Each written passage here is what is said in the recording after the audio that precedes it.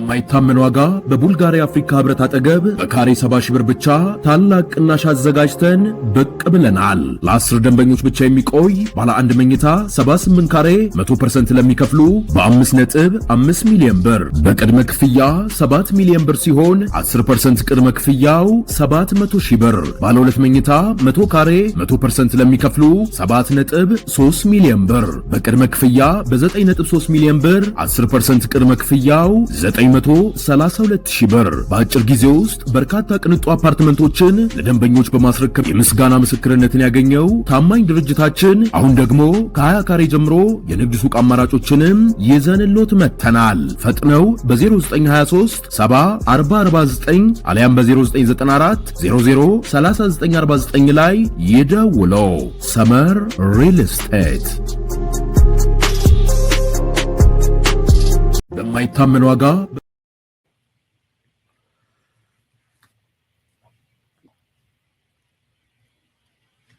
በታሪካዊ ቀን የአፋብን መፍረስ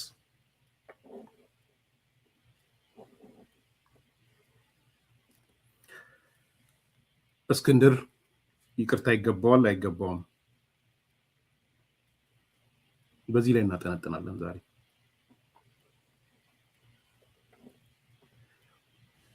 ሁለት ሐምሌ አምስቶች በአማራ ብሔርተኝነት በኢትዮጵያም በአጠቃላይ በብሔርተኝነት ንቅናቄ ውስጥም ትልቅ ስፍራ እንዲኖራቸው እየተደረገ ነው።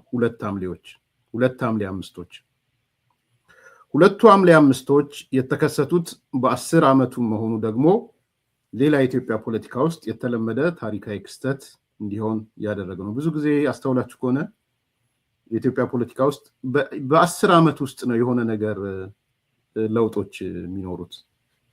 ኢህአፓ ህወሓትን ሲወቅሰው ራሱ በየ10 ዓመቱ ነው እኮ አንተ የሚገባህ የዛሬ 10 ዓመት እኛ የገባንን ነገር አንተ ከ10 ዓመት በኋላ ነው የሚገባህ የሚል መግለጫ ወጥቶበታል ኢህአፓ ህወሓት ላይ ታውቃላችሁ።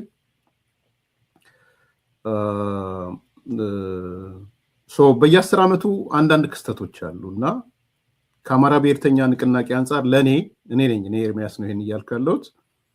እነዚህ ሁለት ሐምሌ አምስቶች በብሔርተኝነት ንቅናቄ ውስጥ አንዳንድ ፋክተሮች ናቸው ብዬ አምናለሁ። አንደኛው ሐምሌ 5 ቀን 2008 ነው፣ የዛሬ 10 ዓመት የነበረው። ሁለተኛው ሐምሌ 5 ቀን 2018 ነው፣ የትላንትናው ማለት ነው።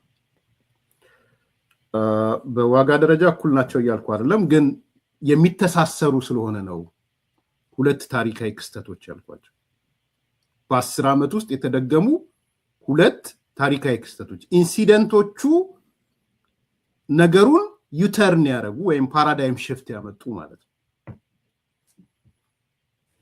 ተርኒንግ ፖይንት የምንለውን ያመጡ ነው። አንዱ ተርኒንግ ፖይንት ከአማራ ብሔርተኛ ንቅናቄ አንጻር ሐምሌ 5 2008 ነው። ተርኒንግ ፖይንት ነው። በአማርኛ አግዙኝ፣ እንደ እጥፋት እንደሚባለው ማለት ነው። ሁለተኛው ተርኒንግ ፖይንት ከዚህ ጋር የተሳሰረ ሐምሌ 5 2018 የትላንትናው ነው። ስለዚህ እነዚህ ክስተቶች አያይዘን የምናነሳቸው ናቸው፣ በዋናነት በአማራ ብሔርተኛ ንቅናቄ ውስጥ ማለት ነው። የሐምሌ 5 ቀን 2008 የዛሬ 10 ዓመቱ ማለት ነው ክስተት ከአማራ ብሔርተኝነት ንቅናቄ እንደ አብሪ ጥይት ከዛም አልፎ በኢትዮጵያ ፖለቲካ ውስጥ ስርዓቱን በመነቅነቅ የራሱን ድርሻ ነበረው። ይሄ የሚካድ ነው ብዬ አላምንም። በተለይ ህወሓት መራሹን መንግስት ፓርቲ የነቀነቀ ክስተት ነው ይሄ የሐምሌ 5 2008 ማለት ነው። እኔ ዋጋ ሰጠዋለሁ በዚህ አጋጣሚ። በሌላ በኩል ሐምሌ 5 ቀን 2008 ዓመተ ምህረት አስታኮ ከ10 ዓመታት በኋላ የተከሰተው ሐምሌ 5 2018 ደግሞ የ2008ቱን አብሪ ጥይትን የሚያደነብሽ አደንባሽ ብቻ ሳይሆን የሐምሌ 8 2008ን ነጸብራቅ ሆኖ ያገለገለ ክስተት ነው ማለት ይቻላል። ታስቦ የነበረው ሐምሌ 5 2008ን ምንድነው ማደንበሽ ነበር የተፈለገው። ደነበሸ ሲባል የሆነ ጥይት ተኩሳችሁ እንትን ባሩድ ሳይኖረው ሲቀር ማለት ነው፣ ታርጌቱን ሳይመታ ሲቀር። ሶ ታስቦ የነበረው እቺ 2008 ለህወሓት ለቲፒኤልኤፍ ቁስል ናት፣ ባይዘው የጭን ቁስል። አማርኛው ስለሚባል ነው ያልኩት። ልድገመው። ሐምሌ 5 2008 ማለት ለቲፒኤልኤፎች ለህወሓቶች የጭን ቁስላቸው ቀን ነው። መቼም የሚለበልብ የማይድን የጭን ቁስል ማለት ነው።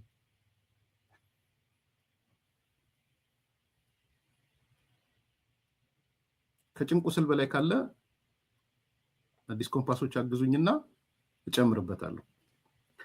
ላይካችሁ 1000 ያልገባም እየተባላችሁ ነውና ላይክ አድርጉ። ከ1400 በላይ ሰው ነው ያላችሁት፣ ግን ላይኩ 600 ሰው ነው እየተባለ ነው። እንዴ ለፍተን መተን ቅድም አውርተን ላይክማ ማድረግ ምን እንደሚከብዳችሁ በሉ ቶሎ ብላችሁ 1000 ያስገቡት።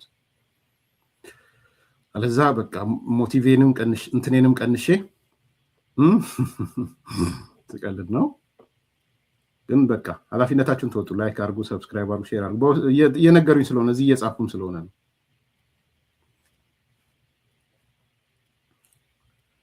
ሐምሌ 5 2008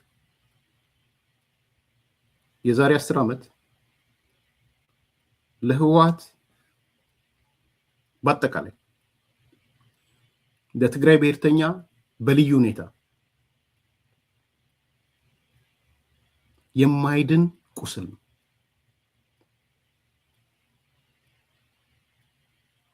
ይሄ የማይድን ቁስል ቲፒኤልኤፍ ቂመኛ ስለሆነ እልህኛ ስለሆነ ይሄን ቁስል ካላጠፋ ካላደበዘዘ እንቅልፉን አይተኛ።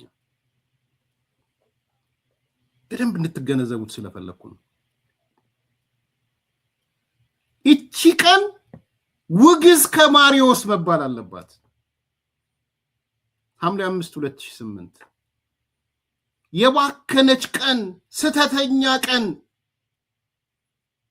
የጸጸት ቀን መሆን አለባት። በማን? በአማራ ብሔርተኛው ዘንድ። ማን ነው ይሄን የሚያስበው? ቲፒኤልኤፍ።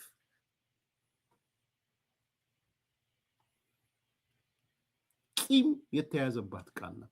በቀል የተያዘባት ቀን ናት። ሐምሌ 5 2008 የዛሬ 10 ዓመት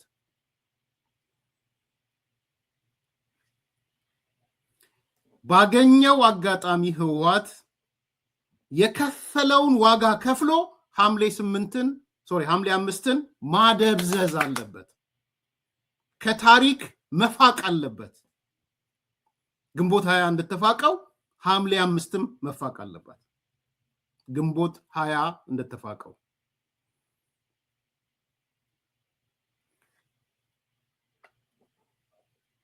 ጠቅላላ የምታዩዋቸው ስራዎች በሙሉ ቲፒኤልኤፍ ሴንትሪፒካል ፎርሱ ማዕከላዊ ነጥቡ ሐምሌ 5 2008 ናት። የውስጥ እግር እሳት ነው ሐምሌ 5 2008 ለትግራይ ብሔርተኛው ቲፒኤልኤፍ ባይሆን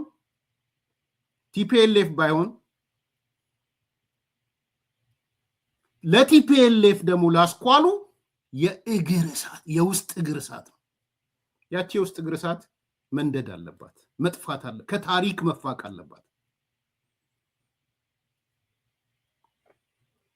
ያለፉት 2-3 ዓመታት ወደ ስኬት ጫፍ ቲፒኤልኤፍ ደርሶ የነበረው እቺን ቀን ከታሪክ ምዕራፍ ማጥፋት ላይ ተሳክቶለት ነበር። የመጨረሻው ጫፍ ደርሶ ነበረ። በነገራችን በዚህ ቢቀጥል ኖሮ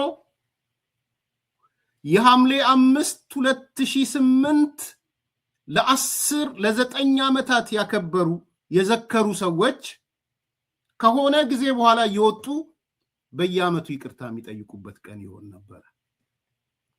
ይገባችኋል ያወራለው ስለምን እንደሆነ በየዓመቱ እየወጡ ህወሓትዬ ማረኝ ሐምሌ 5 2008 መፈጠር አልነበረባትም መወለድ አልነበረባትም ተሳስተናል የሚል ምናልባትም ሐውልት ይቆም ነበር ለሱ ቲፒኤልኤፍ ሐውልት ያስቆም ነበር እነ ዘመነ ካሴ ሐውልት ያቆሙ ነበር እነ አስረስ ሐውልት ያቆሙ ነበር እነ ምሬ ወዳጆ የይቅርታ ሐውልት ያቆሙ ነበር አልፎ ከሄደም በኮሎኔል ደመቀ ዘውዱ መቃብር ላይ ሐውልት ይቆም ነበር የይቅርታ ሐውልት እኔ ኢንሲደንቱን ነው ማወራው እንጂ ክስተቱን ነው ማወራው እንጂ በውስጥ ያለውን ነገር እየደገፍኩ ምናምን አይደለም በጣም ግልጹ ነው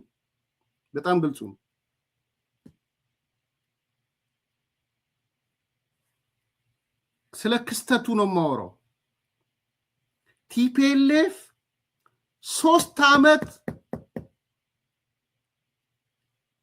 ፋይናንሻሊ የውስጡን አቅምትን ሰርቶ የመጨረሻው ጫፍ ሐምሌ 5 የምትረሳበት ቀን አድርሷት ነበር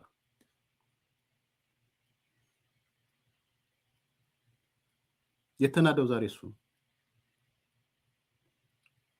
በ10 ዓመቱ ተናደ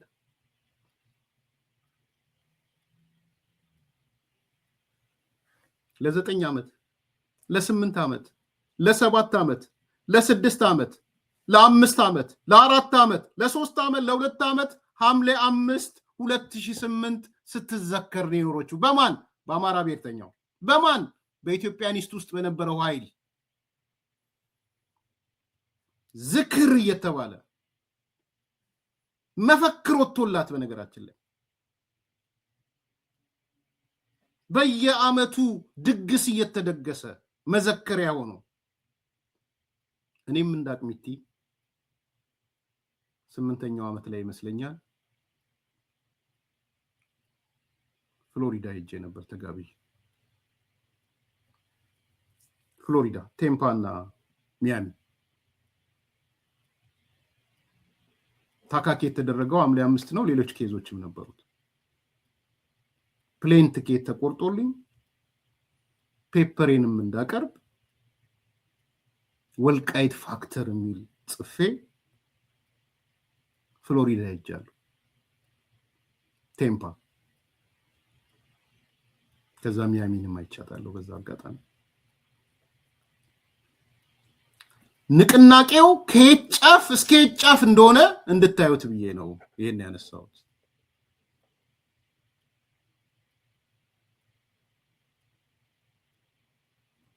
ወልቃይት ፋክተር ከመርህ አንፃር የተሳሳተ ጽሁፍ ነው ከኔ ከመመራበት መርህ አንፃር ወደ ኋላ ሆኜ ሳይሆን አፕሪሺየት ማድረገው ነገር አይደለም በወቅቱ ግን በተለይ በነገራችን እንደው ግልጽ እንድትሆኑ ይሄ ወልቃይት ፋክተር ብዙ የትግራይ ልጆችም ሲያነሱት ሰማለውና ወልቃይት ፋክተር የጻፍኩት እኔ ለጻድቃንና ለጀነራል ጻድቃንና ለጀነራል አበበ ተክለሃይማኖት ምላሽ ነው የጻፍኩት መንደርደሪያ እሱ ነው ጀነራል ጻድቃንና ጀነራል አበበ ተክለሃይማኖት ሪፖርተር ላይ አንድ ጽሁፍ አዘጋጁ ቲፒኤልኤፍ ስቲል ፓወር ላይ ነበር የነበረው እና ያ ጽሁፍ በጣም ጥሩ ጽሁፍ አይደለም ሄደው ቢያዩትም ደስ ይለኛል ያው መሬትን ለብሔር የሚሰጥ ጽሁፍ ነው የጻድቃንን ጽሁፍ ዛሬም እንዲያምናል ምንም አላቅም የጻድቃንን እምነት ያን ካነ ሪፖርተር ላይ ካነበብኩኝ በኋላ ነው ቁጭ ብዬ 15 ቀን ቁጭ ብዬ ወልቃይት ፋክተር ብዬ ጻፍኩት ቤዚካሊ ለጻድቃን የተሰጠ መልስ እና ለጀነራል አበበ ተክለሃይማኖት የተሰጠ መልስ ነው 2009 ላይ ነው የተጻፈው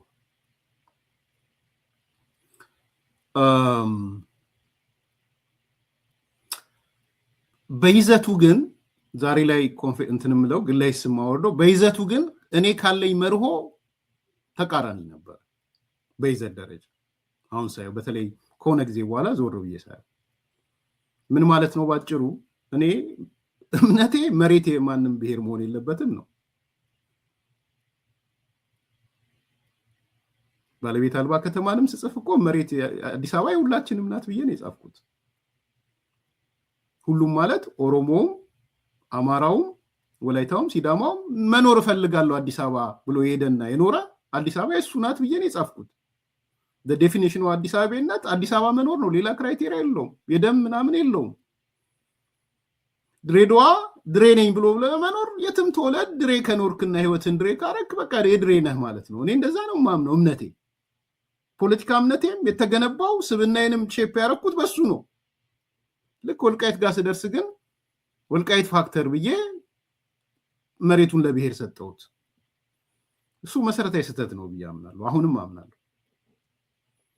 ትልቁ የጽሁፉ ከእምነቴ የተለየው ማለት ነው። ከመሰረታዊ እምነቴ የተለየው እሱ ነው። ዛሬ ቢሆን በዛ ደረጃ አልጽፈውም። ያ ማለት ግን በጣም ግልጹ ነው። የወልቃይት ሰዎች ያነሱት የትግል ጥያቄ ስህተት ነው ግን እያልኩ አይደለም። እና የጽሁፉ ጥቅል በሙሉ ቢታይ ሜቢ ለወደፊት በማስታወሻው መልኩም ላወጣው እችላለሁ። ጥቅሉን ብታዩ ያ የወልቃይት የሚለው ማህበረሰብ የደረሰበትን መከራና አበሳ የሚያሳይ ጽሁፍ ነው። ጽሁፉ እንዳልኳት ስህተቷ የባለቤትነት ጥያቄን መሬት መስጠቴ ነው ለኔ።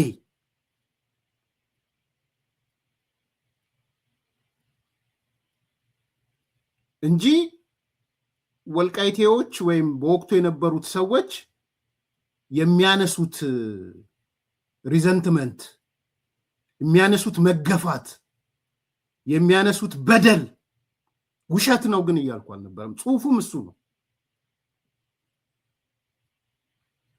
እንድትለዩልኝ እፈልጋለሁ። አንዳንዶች በሌላ መልኩ ሲያቀርቡት ስላየው ነው።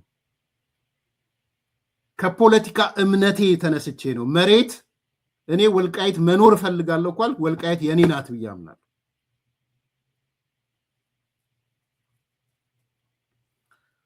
በወቅቱ ግን ቲፒኤልኤፍ የሰራው ስራ ወንጀል መሆኑን ለማሳየት ነው ያጹ ወልቃይት ፋክተር የተጻፈው። አንዱ ለሶስት ነገር ላንሳላችሁ። ለምሳሌ አንደኛ ራሳቸው የቲፒኤልኤፍ ሰዎች እንደመሰከሩት ዶክተር አረጋይ በርሄን ጨምሮ ሌሎች ሰዎችን ጨምሮ እንደመሰከሩት በማካለል ደረጃ ከታየ ወልቃይት የሚባለው አካባቢ በትግራይ በሚባለው አልነበረም።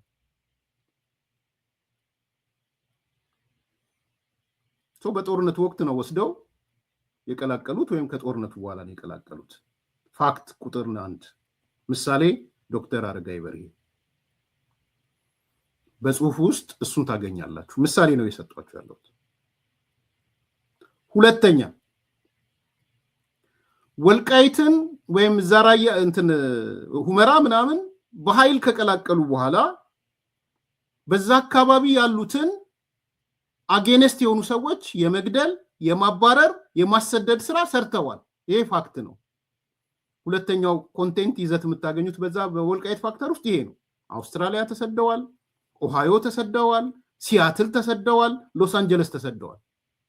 ቢያንስ እኔ የማውቀውን ነው የምናገረው። አውሮፓ ተሰደዋል። ስደት ምልክታቸው ነበረ ለዛ አካባቢ ሰዎች። ደርግ ብቻ አይደለም፣ በህወሓት ምክንያት አውስትራሊያ፣ አውሮፓ፣ ሲያትል፣ ኦሃዮ፣ ሎስ አንጀለስ የተሰደዱ ሰዎች ፊዚካሊ ቢያንስ የአውስትራሊያ ባላገኝ የሌሎቹን አግኝቻቸዋል። ይሄ ፋክት ነው። ቁጥር 2 ማለት ነው። ማንነታቸው እንዲጠፋ ተደርጓል። ቋንቋቸው እንዳይናገሩ ተደርገዋል። ኢቭን ታፔላ ሲለጠፍ እንኳን የነሱ አማርኛ ነው ብለው እንዳይደረግ ተደርገዋል። ይሄ እውነት ነው፣ የሚካድ አይደለም። ይሄ የጽሁፉ ይዘትም ሁለተኛ እሱ ነው የተያዘው። እንዴት ጀነራል ጻድቃን እንዴት ይሄን ትክዳለህ የሚል ጽሁፍ ነው። ሶስተኛ ህወሓት አዲስ አበባን ከተቆጣጠረ በኋላ ዲሞብላይዝ ሲያደርግ በተለይ ሴቶችና ታጋዮቹን የትግራይ ተወላጅ ታጋዮቹን ዲሞብላይዝ ሲያደርግ በመንግስታዊ እቅድ ስዬ አብርሃ ያለበት ገብሩ አስራት ያለበት የኢህአዴግ ጽህፈት ቤት ያሉበት አቶ መለስ ያለበት በእቅድ አስቀምጠው በ50 ሺዎች ፕላስ ማይነስ አርጉልኝ ሰፈራ ፈጽመዋል። የት? ወልቃይት ሁመራ ሰፈራ ዲሞብላይዝድ የሆኑ የትግራይ የህወሓት ታጣቂዎች በመንግስት ፕሮጀክት እንዲሰፍሩ ተደርገዋል። ይሄ ዴሞግራፊ ለውጥ ነው።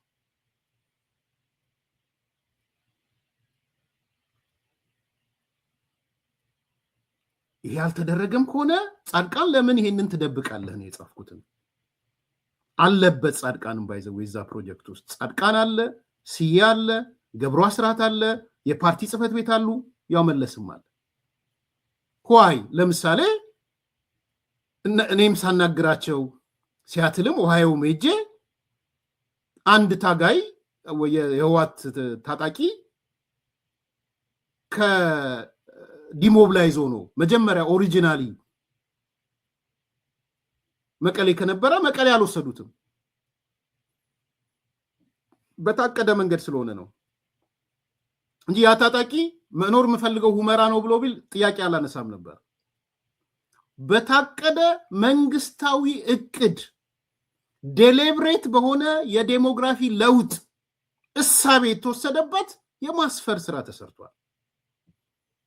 ይሄን የሚክድ ካለ ወጥቶ ኤርሚያስ የሚያወራው ውሸት ነው ብሎ ይናገር። የጻድቃንን ለምንድን ነው ይሄንን የምደብቀው ብዬ ነው የጻፍኩት። የዛኔ የ2009 ጽሁፌ እሱ ነው።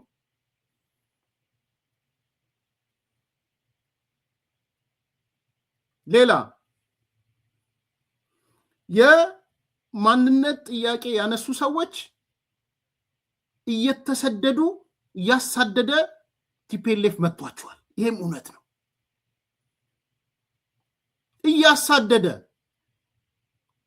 አንዱ አሳዳጅ ገዱ አንዳርጋቸው ነበር የነበረው። ይወቅሰዋል። አሁን መጥቶ ኮሎኔል ደመቀ ዘውዱ ገዱን ይወቅሰዋል። ማሳደድ ብቻ አይደለም፣ በህግ ደረጃ መጥተው ገዱና ማን ነው የሚባለው ሰውዬ ተስማሙ ተብሎ ግጨው ነው ምናምን የሚባል ሰዎቹ ባላመኑበት ግጨው ተፈራረምን ተባለ። ገዱ የክልሉ ስራ አስፈጻሚ ስለሆነ ገዱ አክሊል ተጠለቀለት። የሰላም አባት ተባለ። ገዱ ሲንገራገጭ ግን መጥቶ ተሳስቻለሁ አለ። ገዱ ሊደበቅ የማይችል ጥያቄ ነው የጥያቄ አለ። ወጥቶ ለውጡ ሲያስገመግም ገዱ አንዳርጋቸው ለውጡ ሲያስገመግም ይሄማ ሊደበቅ የሚችል ደበቅ ነው አልቻልነውም አሁን አለ አቶ ገዱ ብሏል። በነገራችን ላይ አቶ ገዱ የምታመሰግኑ ሰዎች እቺንም ጥቀሷት እቺንም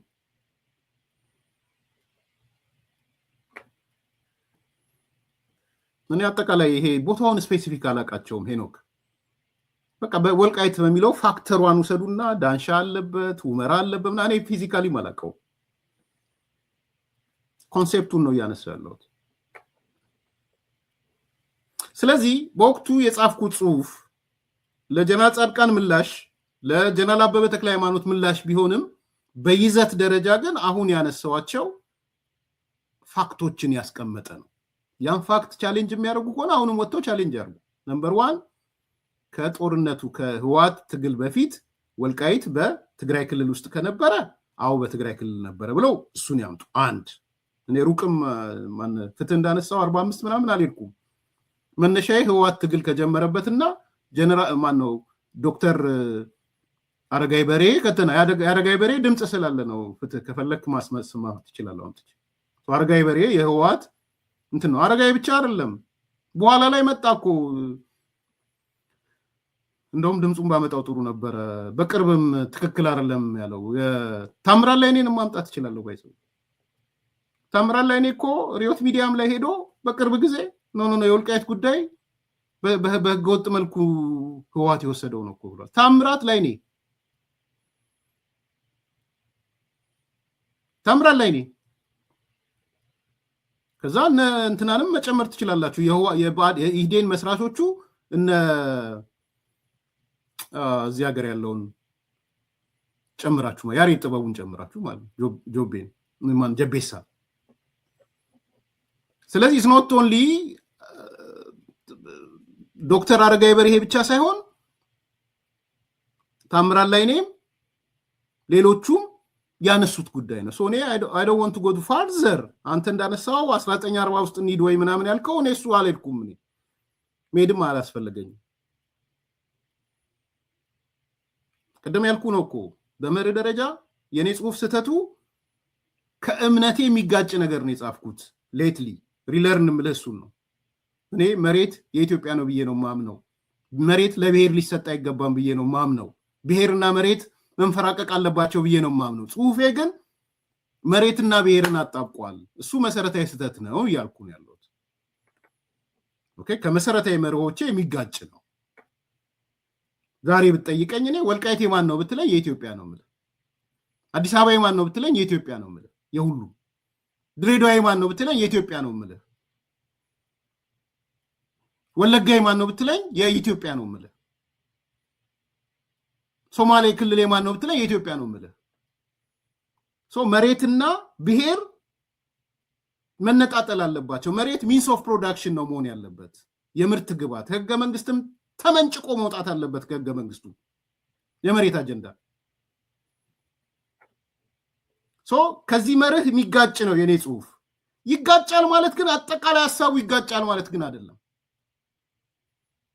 ምክንያቱም ለነጻድቃን ስለሆነ መልስ የሰጠሁት በጣም ግልጽ እንድትሆኑ ብዬ ነው በዛ መልስ ላይ የተፈጸሙትን በደል ሪኮግናይዝ አርጉ የበደል ምንጭ ነው ሐምሌ 5ን የወለደው የበደል ውጤት ነው እነዚህ በደሎች ደግሞ ቁጥር 1 አረጋይ በርሄ እንደመሰከረው ታምራት ላይኔ እንደመሰከረው አሁንም በቅርብ እንደመሰከረው የራሳችሁ ያለውን በትግራይ ግዛት ውስጥ ያልነበረ መሬት ስለወሰዳችሁ አንድ ስልጣን ከያዛችሁ በኋላ በጠመንጃ በጉልበት ስላሰፈራችሁ ሰው ዲሞላብላይዝ ያደረጋችሁትን ሰው በ50 ሺዎች ስላሰፈራችሁ ሁለት በአካባቢው ያሉትን ሰዎች ስላሰደዳችሁ ስለገደላችሁ አንዳንዶች እስከ ክሊንሲንግ ኤትኒክ ክሊንሲንግ የሚወስዱት ሶስት አስተዳደራዊ ነገር ስታረጉም በዛ አካባቢ እኔ እንዲያደለሁም የሚለውን የማንነት ጥያቄ ያለውን አላስተናግድም በማለታችሁ አራት የማንነት ጥያቄ ያለን ብለው የተነሱትን የአካባቢውን ልሂቃን እያሳደዳችሁ በማሰራችሁ በማባረራችሁ በመግደላችሁ አምስት የኔ ጽሁፍ እነዚህን ነገሮች የያዘ ነው ይሄ ውሸት ነው የሚል ካለ መጥቶ የትኛውም ቡድን ያለ መከራከር ይችላል ይሄ አንዱ ነገር ነው ሐምሌ 5 የተወለደው በዚህ ምክንያት ግፍ የወለደው ቀን ነው ከምር መናገር የሚያስፈልገው ግፍ የወለደው ቀን ነው ትምክት የወለደው ትቢት የወለደው ተስፋፊነት የወለደው አይደለም ከትምክት ጋር አይደለም የቆምኩት እኔ በወቅቱ ከተስፋፊነት ጋር አይደለም የቆምኩት ፍትህ ቢመጣ ኖሮ እዚህ ደረጃ ባልተደረሰ ነበር ህወሓትም ዝቅ ብሎ ጥያቄ ያላችሁ እንዴ እንነጋገር ቢል በጠመንጃ ባይተማመን ይሄ ሁሉ ነገር ባይመጣም ነበር ስለዚህ ሐምሌ 5 የተወለደው እውነትም ጭቆና የወለዳት ቀን ናት ኢፍትሃዊነት የወለዳት ቀን ናት እምቢባይነት የወለዳት ቀን ናት ይሄንን መርሳ ጠላት እንኳን በሆነ እኔ ለዚህ ለነ ኮሎኔል ደመቀ ጠላት በሆነ እንኳን ሪኮግናይዝ ማድረግ ያለብኝ ነገር ይሄን ነው በነገራችን ጠላታቸው እንኳን በሆነ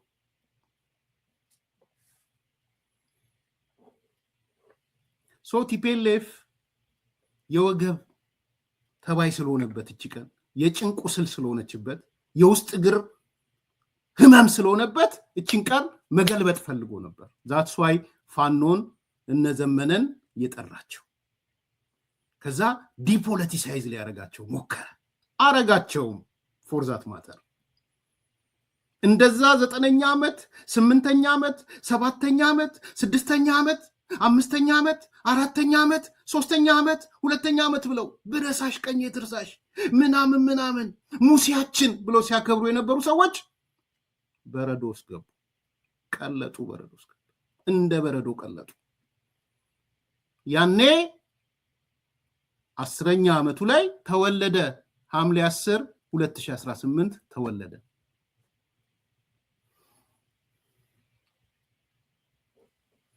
ወደ ሐምሌ 5 ግን ትንሽ እንሂድ 2008 ዓመተ ምህረት ለሀገራዊ ለውጡ መሰረት የተጣለበትና አፋኙ የህወሓት ቡድን ሽንፈት የተከናነበበት መሆኑን በመገንዘብ የወልቃይት ህዝብ ያገኘውን ነጻነት ማጽናት እንዳለበት የወልቃይት ጠገዴ ሰቲት ሁመራ ዞን አስተዳደር አሳሰበ። ዝክረ ሐምሌ 5 2008 ዓመተ ምህረት 10ኛ ዓመት በአማራ ክልል ወልቃይት ጠገዴ ሰቲት ሁመራ ዞን በሰቲት ሁመራ ከተማ በፓናል ውይይት ተከብሯል። አምሳላሞኝ ሐምሌ 5 2008 ዓመተ ምህረት ህወሓት የወልቃይት ጠገዴ አማራ ማንነትና ወሰን አስመላሽ ኮሚቴ ሰብሳቢውን ኮሎኔል ደመቀ ዘውዱን ከጎንደር አፍኖ ለመውሰድ ሙከራ ያደረገበትና የሽንፈቱ መጀመሪያ የተረጋገጠበት ቀን ነው። ይህ ቀን ለሀገራዊ ለውጡ መሰረት የተጣለበት መሆኑን በአማራ ክልል የወልቃይት ጠገዴ ሰቲት ሁመራ ዞን ዋና አስተዳዳሪ አቶ አሸተ ደምለው አመላክተዋል። ህወሓት በአማራ ህዝብ ላይ የገነባው የተዛባ ትርክት የተሻረበት ቀን መሆኑንም ዋና አስተዳዳሪው አንስተዋል። ሐምሌ 5 እና ኮሎኔል ሐምሌ 5 እና አማራ ሐምሌ 5 እና ጎንደር ሐምሌ 5 እና ኢትዮጵያም የተሳሰሩ የተሰናሰሉ ለሀገራዊ ለውጥ መነሻ እርሾ የጣለች ቀን ነች ማለት ነው። የአማራ ህዝብ የጨቋኝ የተጨቋኝ የተዛባ ትርክት ተጭኖበት አማራ ነን እያሉ በጉልበት በኃይል የተካለሉ ህዝቦች አሉ። ስለዚህ አንድ የተዛባውን ትርክት የሻረች ናት ሐምሌ 5። ህወሓት ኢትዮጵያንና የትግራይን ህዝብ ችግር ውስጥ የከተተ ኃይል መሆኑን ያስረዱት ደግሞ የወልቃይት ጠገዴ አማራ ማንነትና ወሰን አስመላሽ ኮሚቴ ሰብሳቢና የዞኑ ምክትል አስተዳዳሪ ኮሎኔል ደመቀ ዘውዱ ናቸው። ሐምሌ 5 የህወሓትን የከፋፋይነት አስተሳሰብ ያስወገደ ቀን ነው ብለዋል። ህወሓት የሚባል ከመጣ በኋላ ግን ያለ ችግር እንኳን ለኛ ለትግራይ ህዝብ የገጠመው ፈተና ራሳቸው ነው የሚያዩት። ሐምሌ 5 ደግሞ ዘር እንዲለያይ አይደለም የሁላችንም ቢሆን ነው እኔ የምፈልገው። ሐምሌ 5 በመጣ የተሻለ ስርዓት መጣ የተሻለ ፓርቲ መጥቷል ተብሎ ለኢትዮጵያ ቢሆን ሐሳብን የሚያመጣ ፓርቲ የኛ ጉዳይ ደግሞ ፈቶ ማለት የማንነት ጉዳያችን እውቅና ሰጥቶ የተረጋጋ ስርዓት መስርተን የተረጋጋ ህዝብ ኑሮን ሰላም የሆነ ኑሮ እንድንኖር እንመኛለን። ቀኑ የእጅ አልሰጥም ባይነት ታሪክ በኮሎኔል ደመቀ ዘውዱ የተደገመበት ነው ያሉት የወልቃይት ጠገዴ አማራ ማንነትና ወሰን አስመላሽ ኮሚቴ እሴትና ባህል ግንባታ ዘርፍ ኃላፊ ዶክተር ገሰሰ ወንድም የወያኔ አፋኝነት የተሸነፈበት መሆኑንም አስረድተዋል። የሐምሌ 5 ውጤት ምንድን ነው ብለን ስናይ አንደኛው የወያኔ አፋኝ ቡድን የተሸነፈበት ውጤት አንድ ውጤት ሁለት ደግሞ ከዛም ለሀገራዊ ለውጡ ደግሞ መነሻ የሆነበት በህወሓት ግፍ ምክንያት የወልቃይት ጠገዴ አማራ ህዝብ ብዙ ችግር ማሳለፉን ያስታወሱት ደግሞ የውይይቱ ተሳታፊዎች ናቸው። ይሁን እንጂ ሐምሌ 5 ለህወሓት ሽንፈት ምክንያት በመሆኑ ድሉን በአንድነት ማጽናት እንደሚገባ ጠቁመዋል። ብዙ የወልቃይት ጠገዴና አማራ ህዝብ የሞተበት፣ የተሰደደበት፣ የታፈነበት፣ በባህሉ እንዳይጫወት በባህሉ እንዳይናገር የተከለከለበት ዘመን ሐምሌ 5 ብቅ ብሎ የነጻነትን ፋና ወዲ በሆኑት በኮሎኔል ደመቀ አማካኝነት ስለተገኘ ከፍተኛ ክብር ሊመሰገን የሚገባ ሁላችንም ለነጻነታችንና ለማንነታችን በአንድነት ቁመን በዓሉን ማክበር ይገባናል።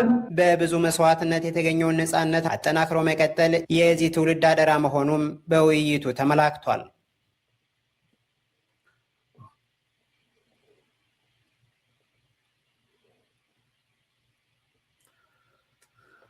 ሙሀዲን ሐምዛ በጣም ነው የማመሰግነው። እግዚአብሔር ይስጥልኝ። የአዲስ ኮምፓስ የወራይም መዋጮ ለአዲስ ኮምፓስ ከሚያደርጉ መደበኛ አባላችን አንዱ ነው። ዛሬም ድጋፍ አድርጎልናል። እንደውም እኔ ነኝ የማመሰግነው።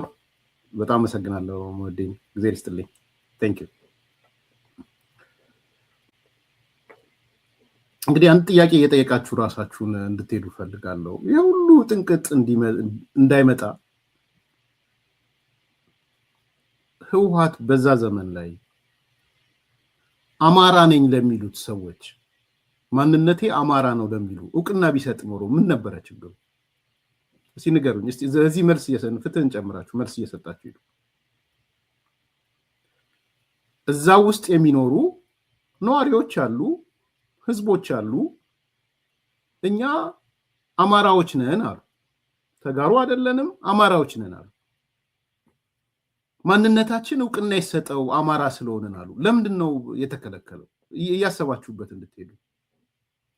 የዚህ ሁሉ ጥንቅጥ መነሻው እሱ ስለሆነ ምን ችግር ነበረው? አማራነታቸው እውቅና ቢሰጠው ኖሮ። አማራንን በማለታቸው ነው እኮ የተሳደዱት። ይሄው ዛሬ እዚህ ደረጃ ተደረሰ። ሰዎችን ጥያቄም እያሰባችኋት ስለ ሐምሌ 5 ስታስቡ ቲፒኤልኤፍ ማድረግ የነበረ ቢያንስ ቃዎ አሉ። በቃ አማራንን ትግርኛ የሚናገሩ ሊሆን ይችላል። አማራንን ግን አሉ።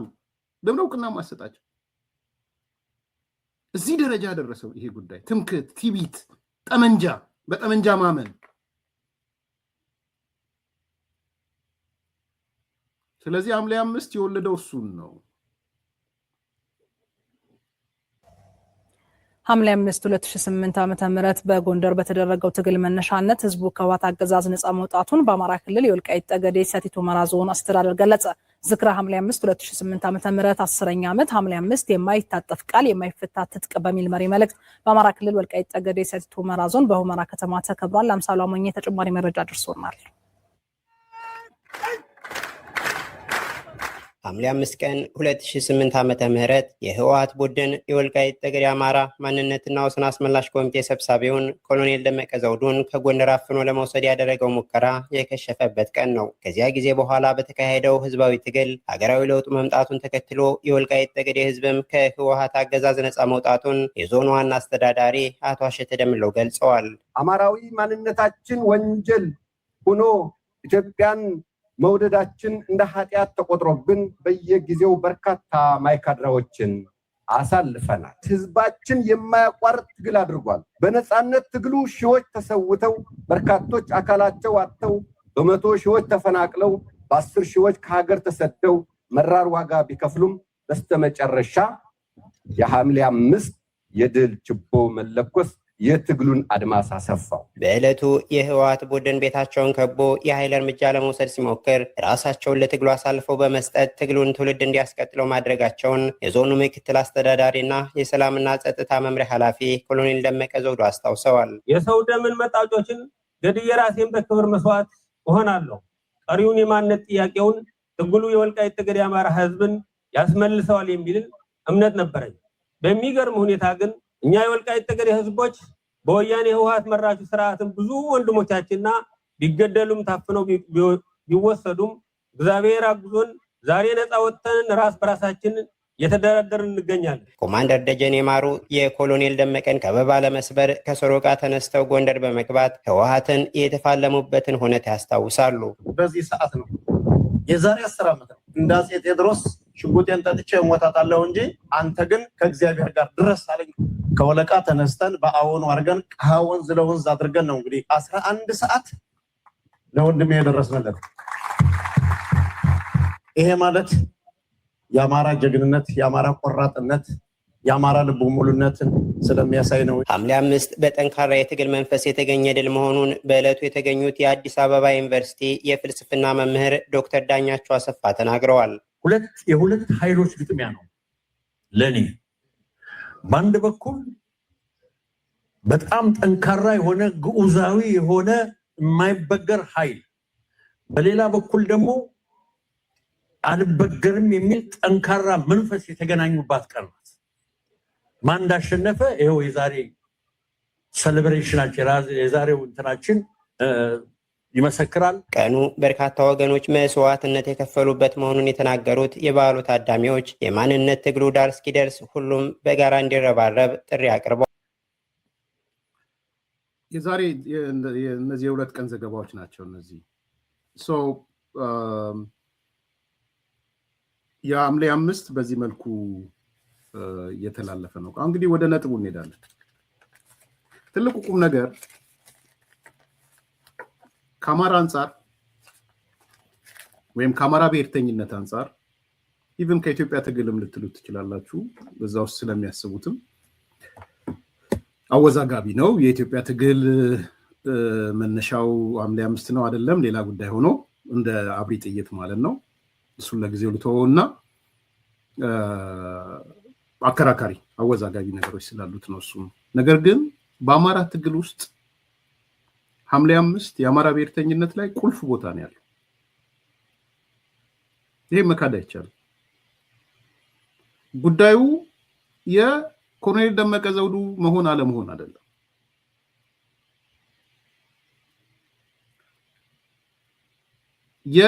የአማራ ብሔርተኝነት አብሪ ጥይት ነው የነበረው ሐምሌ 5።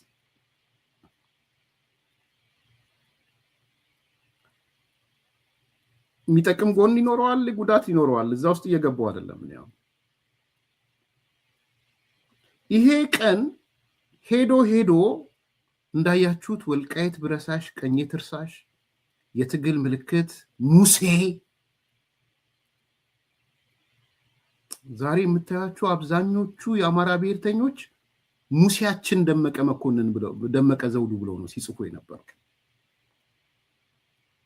እሱ አይደለም ሙሴ ያለው። በነገራችን ላይ ሙሴያችን ያሉት ብዙዎቹ ዛሬ የአማራ ብሔርተኝነት ጽንፈኝነት ውስጥ ያሉ ብዙዎቹ ነበሩ። ይሄ እውነት ነው አይደለም? እሱ ውስጥ እኛ ኢሳት ውስጥ የምንሰራ ሰዎችም የሙሴ ያህል ነው ደመቀ መኮንን የሚከበረው ደመቀ ዘውዱ። እኛ ኢሳት ውስጥ ኢትዮጵያኒስት ነን የምንል ድገሙ ኢትዮጵያኒስት የምንል ራሱ ኢሳት ውስጥ ኮሎኔል ደመቀ ዘውዱ የሚዲያው ምሰሶ ነበረ። ውሸት ነው? ኮሎኔል ደመቀ ዘውዱ ፎቶግራፉ ተይዞ በ20 ብር 30 ሺህ ብር አልተሸጠም ለኢሳት ገቢ። እስቲ ውሸት ነው ውጡ፣ የኢሳት ቤተሰቦች ውጡና ውሸት ነው በሉኝ።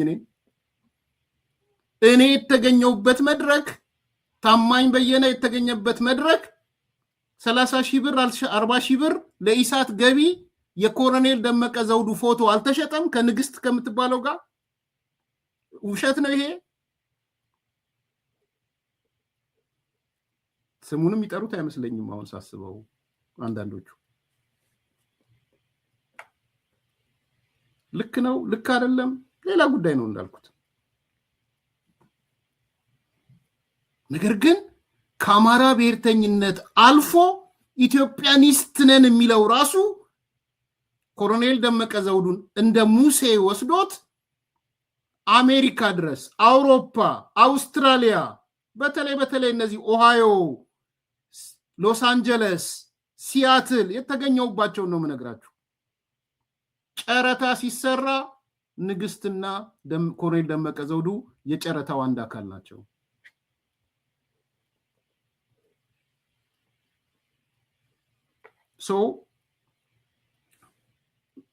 ማክበር ብቻ ሳይሆን ፎቶ ሲሸጥ ነው የከረመው። ሙሴ ማለት ብቻ ሳይሆን በሙሴ ስም 20 ሺህ 30 ሺህ 50 ሺህ 60 ሺህ ዶላር ሲወሰድ ነው የከረመው። ግንቦት 7 አልተጠቀመም እንዴ ኮሎኔል ደመቀ ዘውዱ? ኮሎኔል ደመቀ ዘውዱ ለግንቦት 7 ጨረታ አልቀረበም? ይህን ማነሳላችሁ ለምን መሰላችሁ? የትግል ምልክት ቀን መሆኗን ለማሳየት ነው። ለህወሓት ደግሞ የእግር እሳት ሆነበት፣ የጭንቁ ስል ሆነበት። እቺ ቀን በህይወት ያለ ማሰረዝ ያለበት ቀን ነው ለቲፒኤልኤፍ እንደ ግንቦት 20 ብልጽግና እንዳደረገው። ስለዚህ እነ ዘመነን ጠራ፣ እነ አስረስን ጠራ፣ እነ ምሬ ወዳጆን ጠራ፣ እነ ጀነራል ተፈራ ማሞን ጠራ፣ ሰበሰባቸውና አንዱ ሐምሌ 5 እንዲቀር እንዲደበስስ ያቺ ቀን ውግዝ ከማሪዎስ እንድትባል ለወደፊት ደግሞ የአማራ ህዝብና የትግራይ ህዝብን የገነጣጠለች ክፉ ቀን ተደርጋ እንድትወሰድ መጥፎ ቀን ተደርጋ እንድትወሰድ ዲዛይን ተደረገ። ሲሰራበት ከረመ። ተሰራበት። ንግስት የምትባል አብራለች ከኮሎኔል ደመቀ ዘውዱ ጋር። አሁን የት እንደገባች አላውቅም።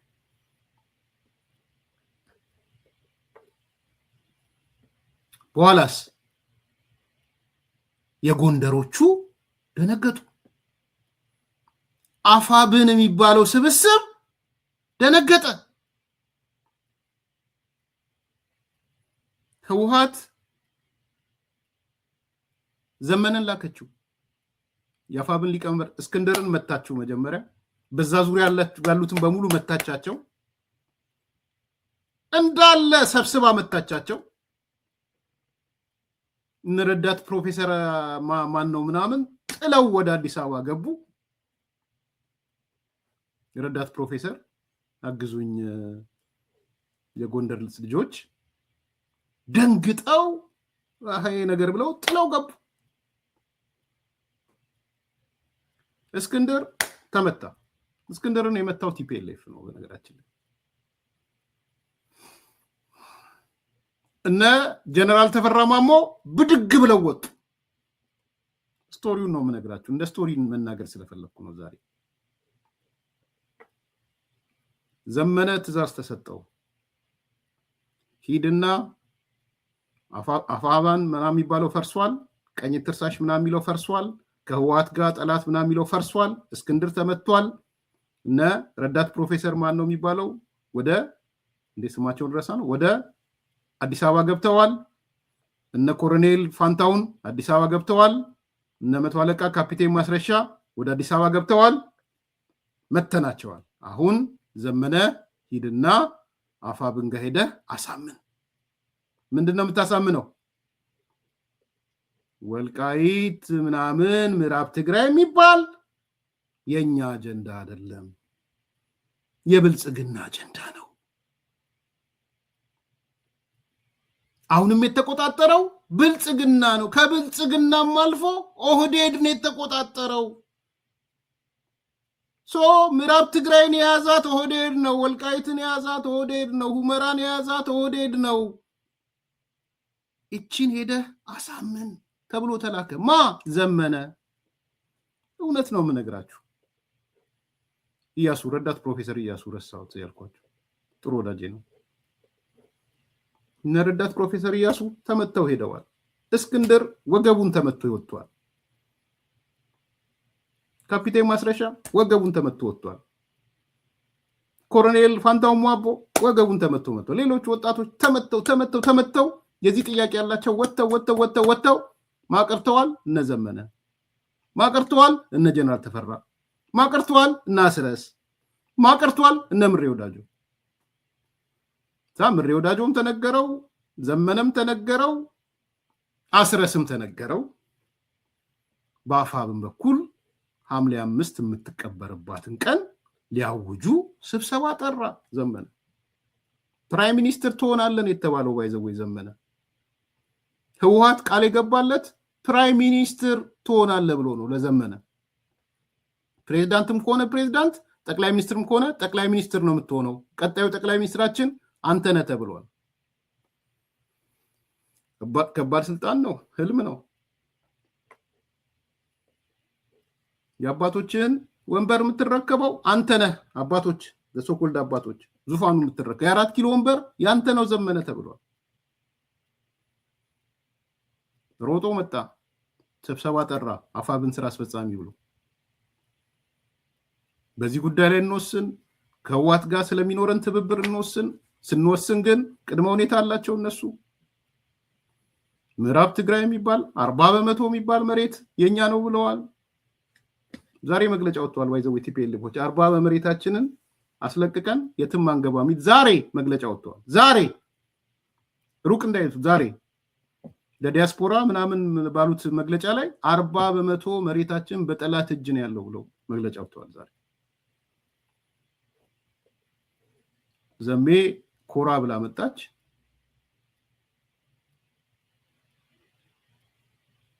አስጎንብሰው ላኳት። ሂድ ከዚህ ያሉት ዘመነ በተለይ ጎንደር ቀጥሎ ሸዋ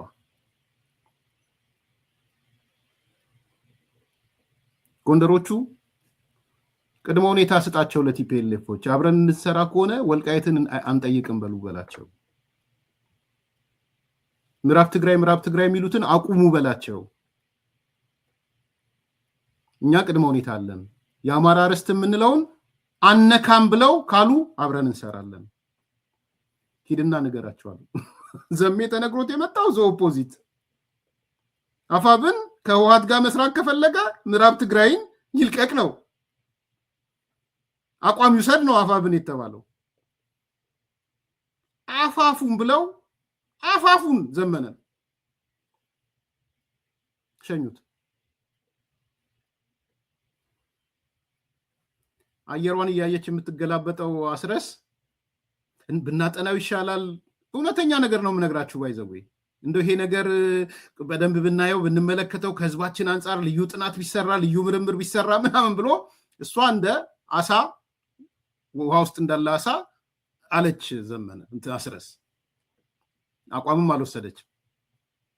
አስረስ ብልጥ ነው ባይዘው ፖለቲከኛ ነው ብያቸዋለሁ። አስረስ ከስል እንደ አሳ ውሃ ውስጥ ገብቶ ሙልጭልጭ እንደሚለው ሙልጭልጭ ብሎ አይ ግደለም ዝርዝር ጥናት ይሰራ የህዝባችን ፍላጎት ይታወቅ ምናምን ህብረቱ አስፈላጊ ነው አብሮ መስራቱ አስፈላጊ ነው ምናምን ብላ አመለጠች። አስረስ በዛ መልኩ ሹልክ አለች። ዘሜ ግን ይዞ የመጣው ነገርም ማስፈጸም አልቻለም።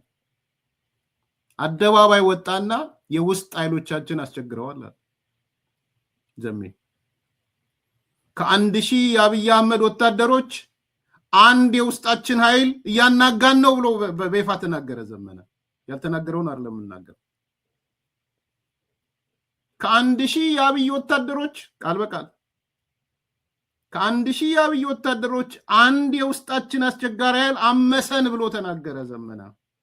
ልድገመው ብዬ ነው ስለዚህ እየተናደደው እያየው ስለሆነ ቢኮዝ ዘመነ ይዞ የመጣውን ነገር ሊቀበሉት አልቻሉ። ምን ይዞ ይመለስ ወደ ሀገር ቤት እንደተባለው እንደ ቴዲ አፍሮ ዘፈን ምን ይዞ ይመለስ ወደ የህወሓት ጎንደር አረጎራው አለ። እንደውም ለሁለት ተለያይተው የነበሩት የጎንደር ሰዎች በመሃላቸው ሽማግሌ ገባና ምንድነው የምትጠብቁት? እናንተ እኮ ለሁለት ተለያይታችሁ እነዘመነ ምን እየሰሩ እንደሆነ ወቁ። ለሁለት ተሰንጥቆ ነበር ነግራችኋለሁ። ጎንደር ለሁለት ተሰንጥቋል ብያችሁ ነበር። ለሁለት እስከ 3-4 ዘልቅ እንዴ ምን እየተደረገ ነው? እናንተ እዚህ ተሰንጥቃችሁ ስትራቆቱ ሌላ ነገር እየመጣ ነው። ሽማግሌዎች ገቡ በማላቸው እና አባት መሳፍንት ሚናቸው ቀላል እንዳይመስላችሁ እዚህ ጋር ጎንደርን በማስታረቅ አባት መሳፍንት the godfather ትልቅ ሚና ተጫውተዋል። ጎንደር አፈነገጠ።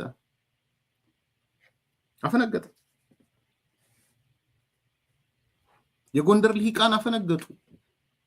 የጎንደር ዲያስፖራ አፈነገጠ። እኔ ዴይ ቱ ዴይ ነው ሪፖርት የሚደርሰኝ። በነገራችን ላይ የእያንዳንዷ ቀን ክስተት ሪፖርት ትደርሰኛለች።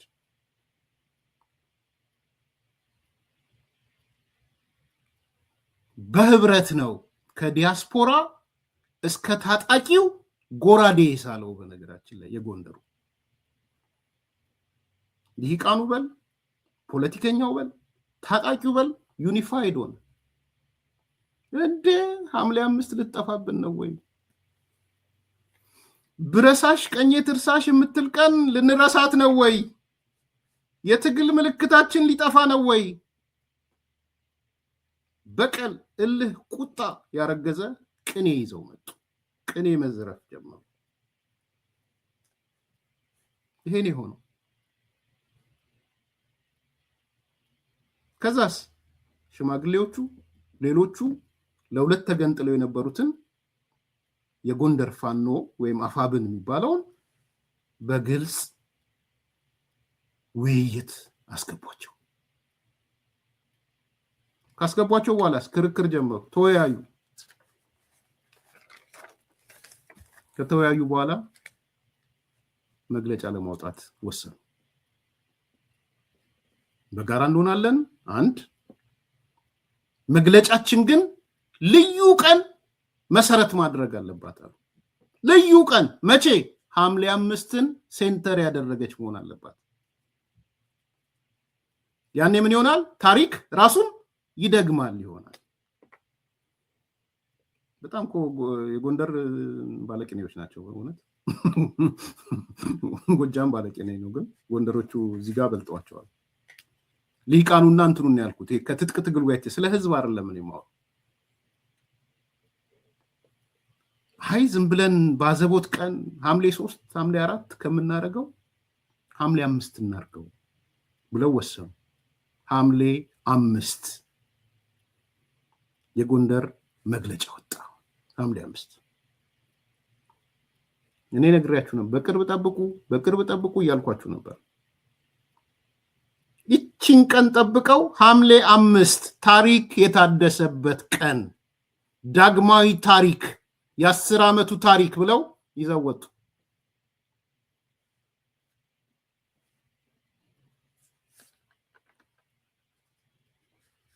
መግለጫ እንዲህ ይላል መግለጫው ገጽ 2 የታሪክ ሰሪ ልጆች ነንና በታሪካዊቷ ዕለት ሐምሌ 5 ቀን 2018 ዓ.ም በታሪካዊቷ ቦታ በአካል ተገናኝተን የጎንደርን ክብር የሚመጥን የአማራን ትግል አንድ ደረጃ የሚያራምድ በገዢው ጭቆና ስር ለሚገኘው የኢትዮጵያ ሕዝብ ደግሞ ተስፋ የሚያጭር የኢትዮጵያ ሕዝብ ደግሞ ተስፋ የሚያጭር ጠላትን በእጅጉ የሚያስደነብር ታሪካዊ አንድነት ፈጠርን ብለው ወጡ። ያው ብልጽግናንም ደብድበው ሌላውንም ደብድበው ማለት ነው። ቀጠሉ። አሁንም ይህ የአንድነት ጉባኤ የፋሺስት ጣሊያን አከርካሪ ወደ ተሰበረበትና የአገር ወዳድ አርበኞች የድል ምልክት ወደ ሆነችው ቦታ ተሰባሰብን። በዚህ የሰማዕታት አደራ የአንድነት ጉባኤው ድል ኳዛ ተብሎ ተሰይሟል። እውነት ለመናገር ሰዎች ጠይቄ ምንድነው ድል ኳዛ የሚለውን ማግኘት አልቻልኩም። ሌትሊ ነው ያየሁትና ሐሳብ ካላችሁ ላኩልኝ። የጎንደር ሰዎች ሌሎቻችሁ ድል ኳዛ ምንድነው? ስለዚህ የአንድነት ስያሜውን ድል ኳዛ ብለውታል። ድል ኳዛ። ስለዚህ በዚህ የሰማዕታት አደራ የአንድነት ጉባኤውን ድል ኳዛ ብለን ሰይመነዋል። ድል ኳዛ ምን እንደሆነ እንጃ። ድል ኳዛ ጎንደሮች ላኩልኝ ወይ ሌሎቻችሁ። ውህደታችንና መተማመናችን እስከ መስቀል ስር ነው። እንኳን ወደድኳትም ሃይማኖትን መቀላቀል ጥሩ አይደለም። እስከ መስቀሉ ስር ነው የተገናኘ ነው አለ። ድል ኳዛ ምን እንደሆነ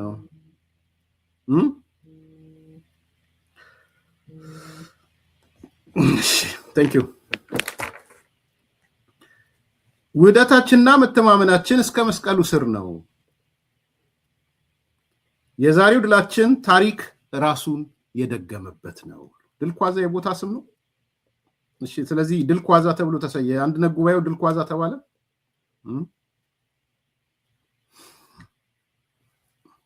ውህደታችንና መተማመናችን አንደኛ የአማራ ሕዝብ አጽመ ርስቶች ሙሉ በሙሉ እስኪመለሱ ድረስ እረፍት አይኖረንም። የአማራ ሕዝብ አጽመ ርስቶች እስኪመለሱና እስኪጸኑ ድረስ በጽናት አንድነታችን ይቀጥላል።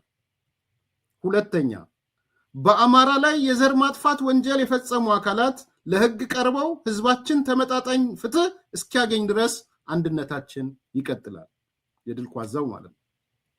ሶስተኛ የህዝባችን ላይ የተዘራው የሐሰተኛ ትርክ ተፍቆ በእውነተኛው ታሪክ እስኪቀየር ድረስ ውህደታችንና መተማመናችን ይቀጥላል። አራተኛ አማራው በጸጋው ልክ እስኪለማ በፖለቲካ ስልጣን በልኩ እስኪወከል ድረስ ውህደታችንና መተማመናችን ይቀጥላል። አምስተኛ አገራችን ኢትዮጵያ ወደ ቀደመ ገናና ክብሯ እስክትመለስ ድረስ ለመታገል ለራሳችን ቃል ገብተናል። ስድስተኛ ቀይ መስመራችንን ከሚያስከብሩ ማንኛውም አካላት ጋር ከማያከብሩ ማንኛውም አካላት ጋር አብረን አንሰራም። እነዚህ የቀይ መስመሮች የአማራ ግዛቶችን መውረር የሚፈልጉ፣ ከአማራ ህዝብ ጋር ጠላት ነን ካሉ፣ የአገረ መንግስቱን አንድነት ስጋት የሚጥሉ፣ ህገ መንግስቱን እነሱ የጥላቻ ግንብ ይሉታል፣ ህገ መንግስቱ አይቀየርም ከሚሉ፣ በኢትዮጵያ አንድነት የማያምኑ ምንም አይነት ግንኙነት አይኖረንም። ወዳጅም ጠላትም ይህንን አቋማችንን ሊያቅልን ይገባል። ቀይ መስመራችን ከሚያከብሩልን ጋር አብረን ለመስራት ፍላጎት አለን። እኛ ከየትኛውም ህዝብ ጋር ምንም አይነት ቅራኔ የለንም።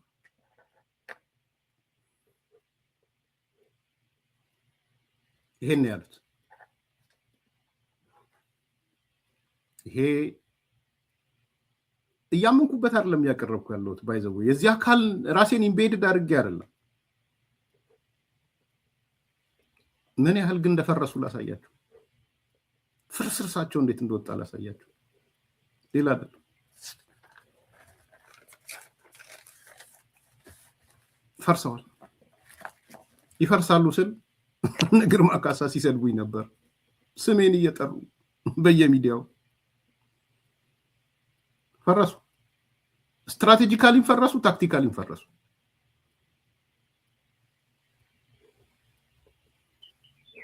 ዛሬ ሐምሌ 5 አማራን ቀስቅሶ ያስነሳ ጎንደሬው የነበረበትን ጭቆና የነበረበትን ግፍና መከራ ለ27 ዓመት በተወሰኑ ግለሰቦች አማራ ጎንደር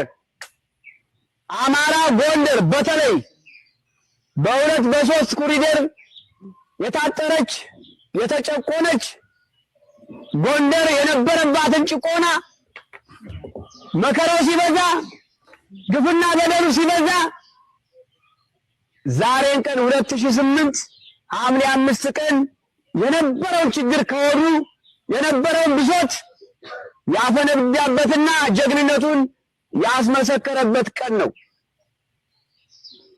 ይሄን አስተውሰን ነው ሰሞኑን ላደረግነው የአንድነት የጎንደር አንድነት ትብብርና ድካም ልፋት በወንድሞቻችን ደምና ሕይወት አጥንትና ደም ተረማምደን መንግስትም እንዳይሳካ ብዙ ክትትልና ቁጥጥር ብዙ መስዋዕት ከፍሎ ይህን አንድነት ለማስቀረት ባደረገው ርብርብ መንግስትን አሸንፈን ይህን ድል ስንጎናጠፍ ይህን አንድነት ስናመጣ ሐምሌ 5ን አስተውሰን ከ3 ቀን በፊት ልናደርገው የነበረውን የአንድነት ዜና የአንድነት ደስታ የዛሬቱን ቀን ደስታ ከ3 ቀን በፊት ነበር ለህዝባችን ልናሳውቅ የነበር።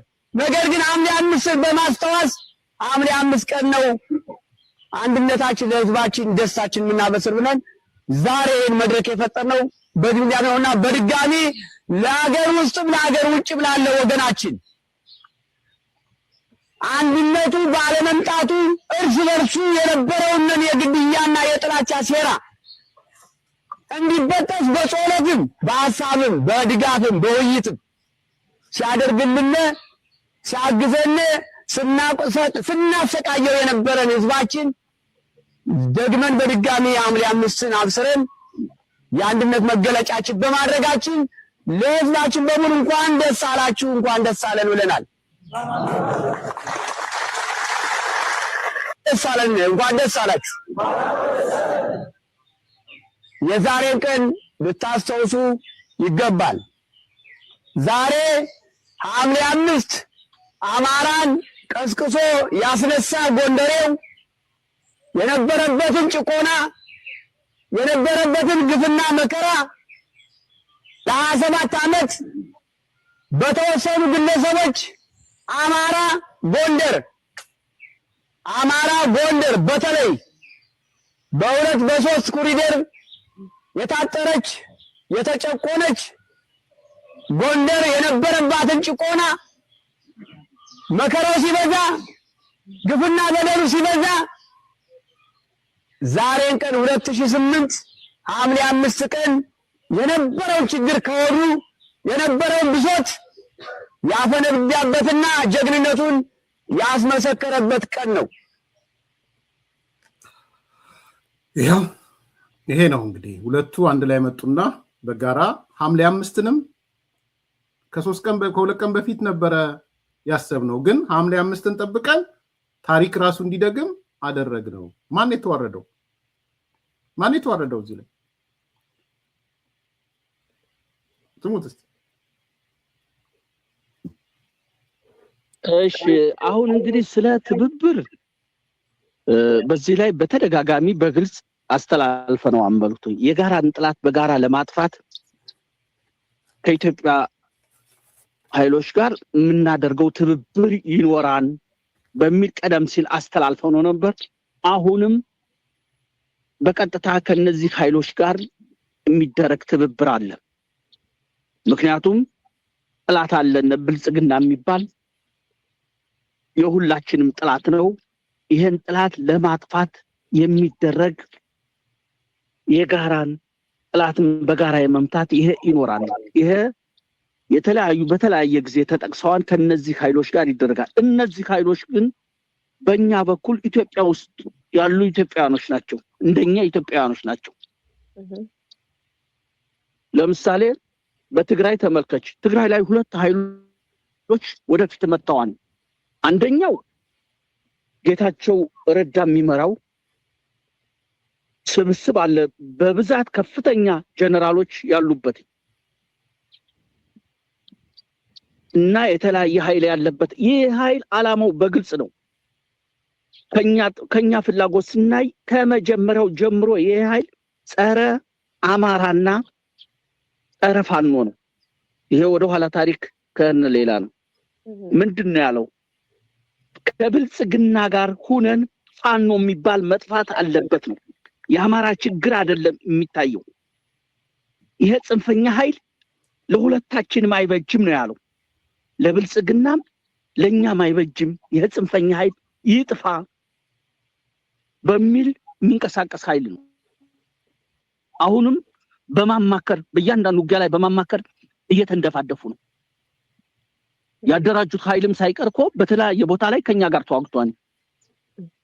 አንዱ ይሄ ነው። በነጌታቸውና በዙሪያው ባሉ የሚመራ ኃይል አለ። አሁን ሁለተኛውን ስሙት፣ የደብረጽዮን ቡድንን እሱ እንዴት አፕሪሺየት እንደሚያደርግ ዛሬ ደግሞ ነግሬያቸዋለሁ። የደብረጽዮን ቡድን ባወጣው መግለጫ ውጭ ያሉ ዲያስፖራዎች እንዲተባበሩት አድርጎ 40% መሬታችን በጠላት እጅ ላይ ነው ያለው ብለዋል። አንዱም ሰውዬ ከዚህ በፊት የተናገረውን ሰምታችኋል። ግን ተፌን እንስማው። ተፌ ይችላል። ይሄ ጸረ አማራ የሆነ እድሜ ልኩን እየለፈለፈ የሚኖር አንዱ ይሄ ኃይል አለ። ሁለተኛው ደግሞ በነገብረጽዮን የሚመራው ኃይል አለ። በሱሩ ጀነራሎችና ቀደም ሲል ያው የህወሓት ነባር ታጋዮች ያሉበት ነው። ይሄ ኃይል በግልጽ ተናግሯል። ለኛም በግልጽ ነው። ከፋኖ ጋር አንዋጋም። የትግራይ ህዝብ ወደፊትም የሚኖረው አማራ ጋር ነው። ስለዚህ ሌላ እንትን አንፈጥርበትም። ክፍተቶች ካሉ በውይይትና በውይይት ብቻ እናድርገው።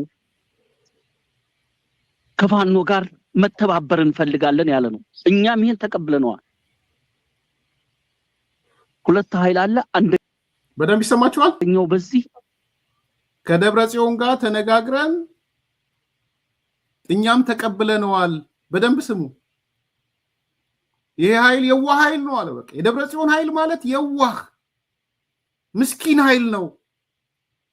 ይህንን ኃይል ደግሞ ተቀብለነዋል አለ ተፌ ግርግር ተፌ ያኛው ነው ለካ ግርግር ተፌ ይችላል ፖለቲካ ባይዘው ተፈራማ።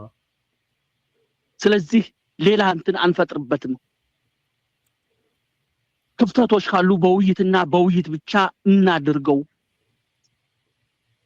ከፋኖ ጋር መተባበር እንፈልጋለን ያለ ነው። እኛም ይሄን ተቀብለነዋል።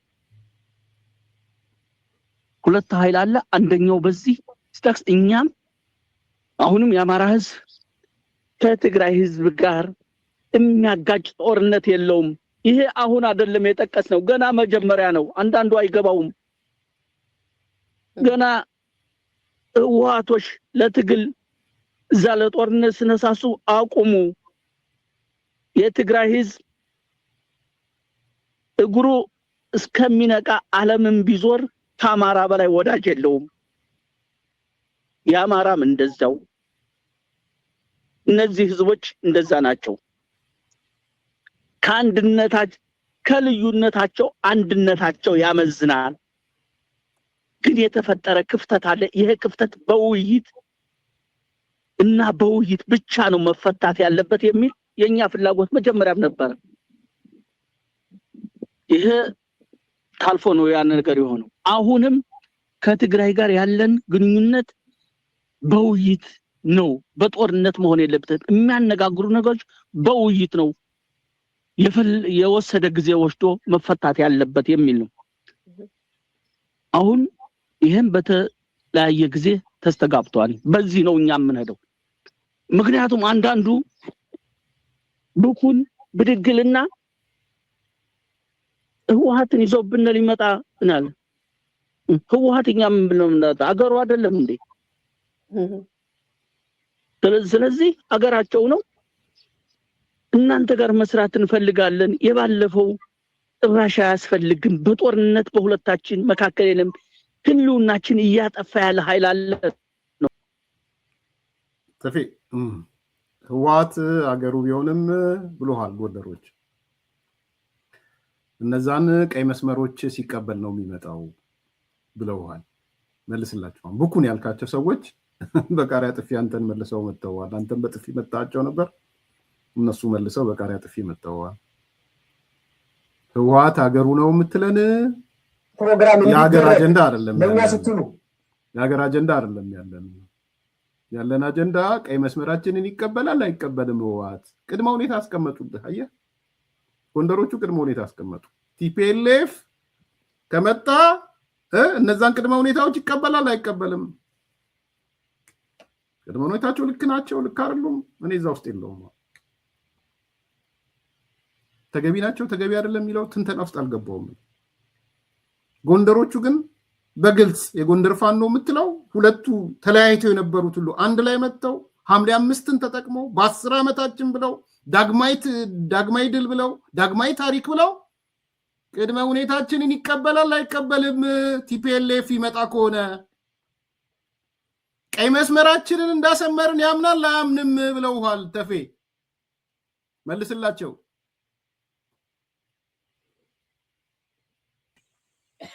ከ3 ዓመታት በፊት ሁሉም የጨዋታው ተሰላፊ የየራሱን ስሌት ይዞ በፕሪቶሪያ መድረክ ቢጫወትም በስምምነቱ ውስጥ የነበሩ የብዙዎች ተሰላፊዎች ድብቅ የጋራ ግብ ግን መቀጣጠል ጀምሮ የነበረውን የአማራና የአብዮት እሳት በጋራ የማጥፋት እቅድ ነበር ብዬ አምናለሁ።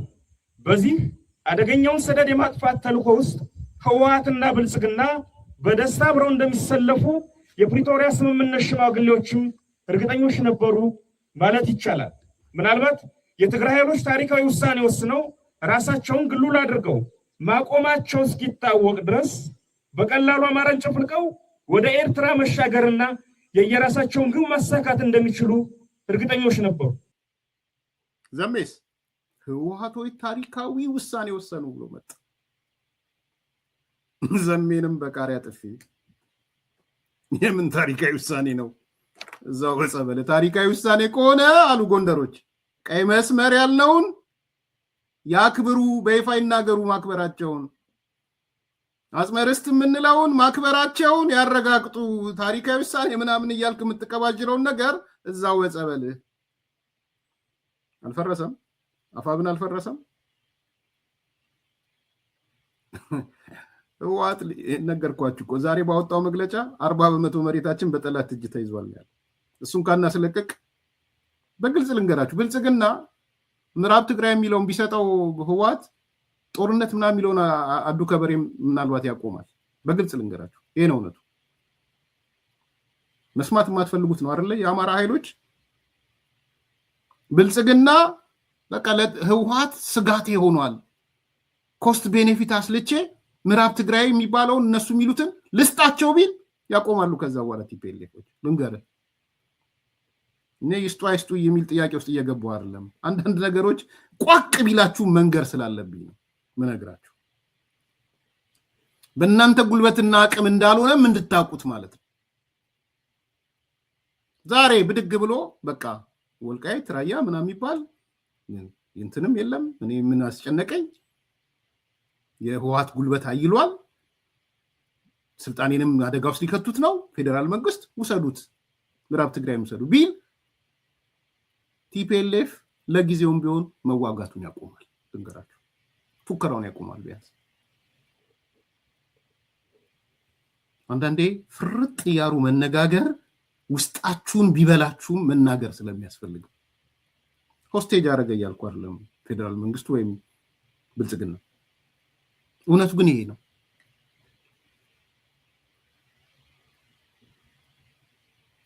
ቲፒኤልኤፍስ መጥቶ ሂድ ከዚህ በእኛ ተርምና በእኛ ኮንዲሽን ነው ያለህ እንጂ ተፈራም እንደሚለው ዘመነም እንደሚለው አይደለም። ለነበረ ለሰላም ያለንን ግንኙነትም የሚታወቅ ስለሆነ ራጅ እንድንጠነክር ይጠቅመናል ብለን በዋናነት ደግሞ ጦርነት ለማንም አንድም በህዝብ ህልውና ለማረጋገጥና ጥያቄዎችን ለመመለስ በራሳችን አቅም እንጂ እንደ ብልጽግና መንግስት በሌላ ኃይል አንተማመንም ሲሉም አቶ ሚካኤል ተናግረዋል። የብልጽግና መንግስት እንዳደረገው እንትና በዚህ ግባ እንትና በዚህ ውጣ ና ድጋፍ አድርግ ብለን የምንጠራው የምንጋብዘው ኃይል የለም። በራሳችን ስነልቦና በራሳችን ችሎታ ነው የምንተማመነው ማለት ነው። በጣም የኛ ትግል አስፈላጊ ሆኖ አግኝቶት ወደ ትግሉ የሚቀላቀል ኃይል በራሱ ጊዜ በራሱ ፍላጎት በራሱ ተነሳሽነት ወደ ትግሉ የሚቀላቀል ኃይል ካለ የራሱ ውሳኔ ነው። እኛ ግን በራሳችን ነው የምንተማመነው። ለሰላም ሲባል አሁንም የትግራይ ህዝብ ብዙ ዋጋ እየከፈለ ነው ያሉት አቶ ሚካኤልም የትግራይ ህዝብና መንግስት ለሰላም ያላቸው አቋምና ችግሮች በንግግር ይሄ ነው እውነቱ።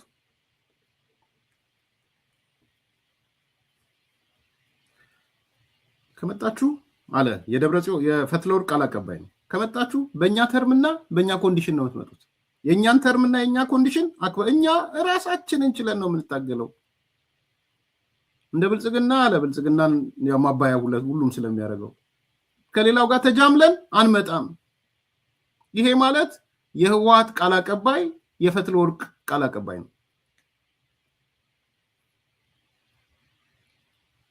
ምንድነው የምታደርገው? እኔ ጋር ከመጣህ በእኔ ተርምና በእኔ ኮንዲሽን ነው የምትመጣው ነው ያለ ቲፒኤልኤፍ። ስሟትችን ዛሬ ጎንደሮቹ ይሄንን ነው የመለሱት። አሁን ጎንደሮቹ ምን አደረጉ? የጎንደር አፋብን የሚባለው በእኛ ተርምና በእኛ ኮንዲሽን ቲፒኤልኤፍ ነይ ብለው ነው ያደረጉት። ነይ የሚለውም ቃል የለም አክቹዋሊ። ስለዚህ የነ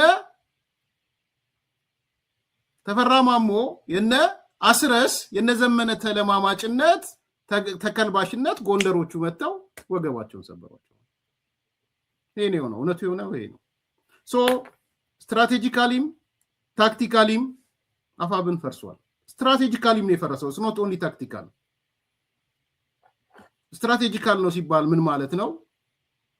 የትግልና የፖለቲካ አቋሙ ማለት ነው። አንዱ ስትራቴጂካሊ የሆነ አካል አብሮ አይደለም ካልክ በትግል አቋም ውስጥ መሰረታዊ ጉዳዮች ላይ ከተለያየህ ስትራቴጂካሊ ተለያይተዋል ማለት ነው። መሰረታዊ ጉዳዮች ላይ ተለያይተዋል። የኃይል አሰላለፍ ላይ ተለያይተዋል። የጠላት ልየታ ላይ ተለያይተዋል። የጠላት ወዳጅ ልየታ ላይ፣ የትብብር ጉዳይ ላይ ተለያይተዋል። አፋብኖች የጎንደር ጎጃም ምናምን የምትሉት ማለት ነው። የወደፊት መዳረሻ ግብ ስኬት ላይ ተለያይተዋል። ሶ ስትራቴጂካሊ አፋብን ፈርሷል። ይሄ ነው እውነቱ።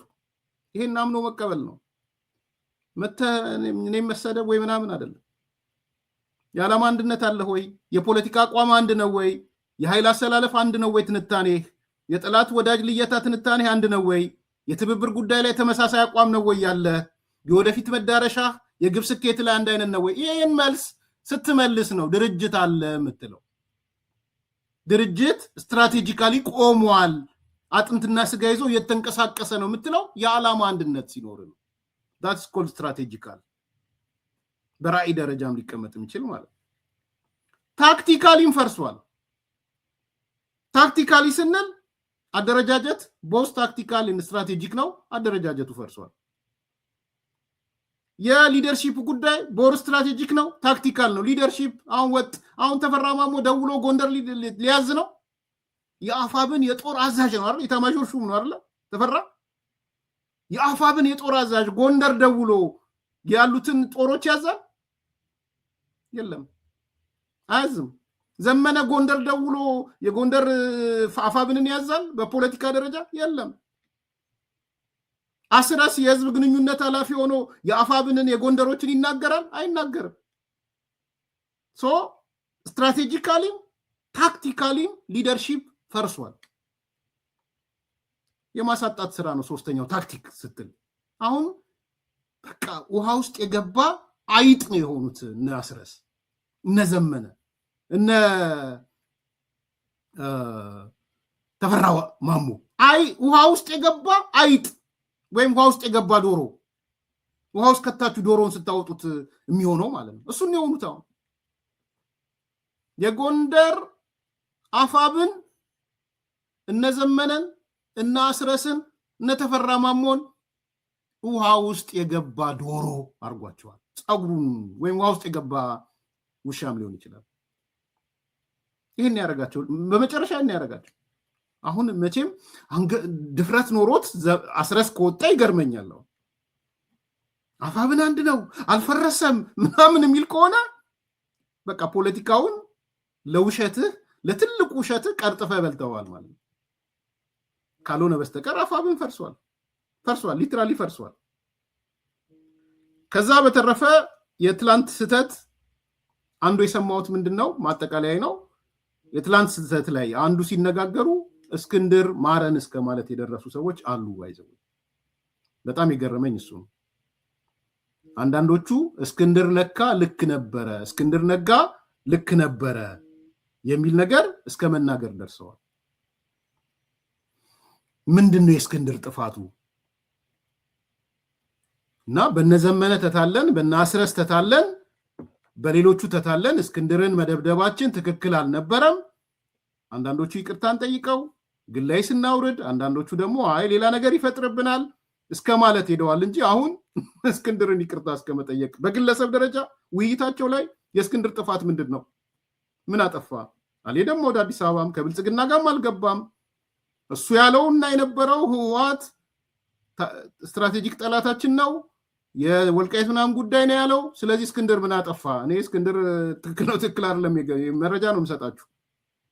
ዛሬ የዘመነን መሪነት ሳይሆን እየተከራከሩ ያሉት እስክንድርን ገፍተነዋል፣ እስክንድር ላይ ጥፋት ሰርተናል፣ ግላይ ስናወርድ በእስክንድር ላይ እንመልሰው ወደ ነበረበት አይነት ስሜትም ነው ያለው።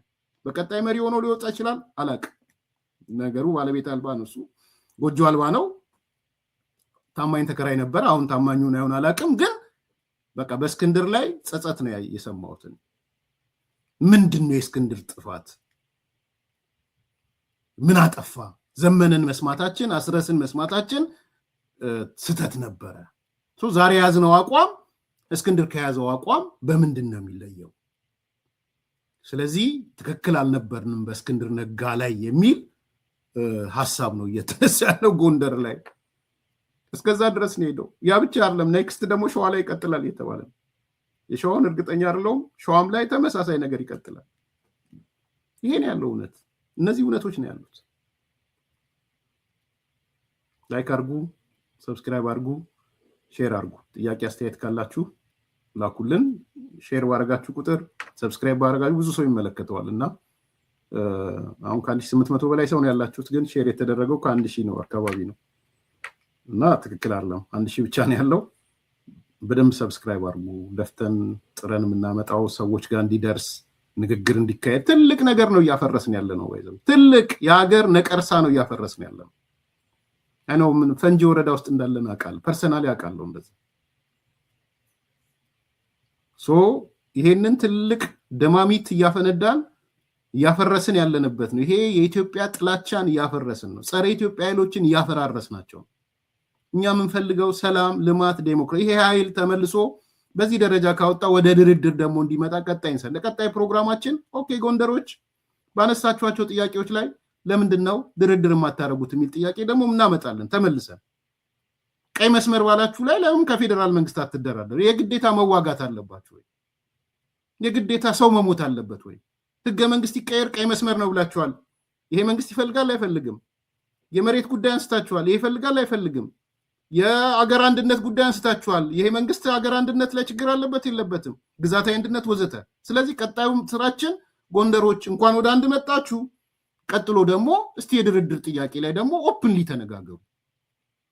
ምንድነው በድርድር ቢሟላላችሁ ወደ ሰላም የምትመጡት የሚል ደግሞ ጥያቄ እናነሳለን፣ እንቀጥላለን። ፈንጂ ወረዳ ነው የምንሆነው። አዲስ ኮምፓሶች ታግዙናላችሁ። በዚህ አብረን እንቆያለን፣ እንዘልቃለን። መልካም ቀን። በማይታመን ዋጋ በቡልጋሪያ አፍሪካ ህብረት አጠገብ በካሬ 70 ሺህ ብር ብቻ ታላቅ ቅናሽ አዘጋጅተን ብቅ ብለናል። ለ10 ደንበኞች ብቻ የሚቆይ ባለ አንድ መኝታ 78 ካሬ 100% ለሚከፍሉ በ5.5 ሚሊዮን ብር በቅድመ ክፍያ 7 ሚሊዮን ብር ሲሆን 10% ቅድመ ክፍያው 700 ሺህ ብር። ባለ 2 መኝታ 100 ካሬ 100% ለሚከፍሉ 7.3 ሚሊዮን ብር በቅድመ ክፍያ በ9.3 ሚሊዮን ብር 10% ቅድመ ክፍያው 932 ሺህ ብር። በአጭር ጊዜ ውስጥ በርካታ ቅንጡ አፓርትመንቶችን ለደንበኞች በማስረከብ የምስጋና ምስክርነትን ያገኘው ታማኝ ድርጅታችን አሁን ደግሞ ከ20 ካሬ ጀምሮ የንግድ ሱቅ አማራጮችንም ይዘንሎት መጥተናል። ፈጥነው በ0923 70 አሊያም በ0994 003949 ላይ ይደውለው። ሰመር ሪል ስቴት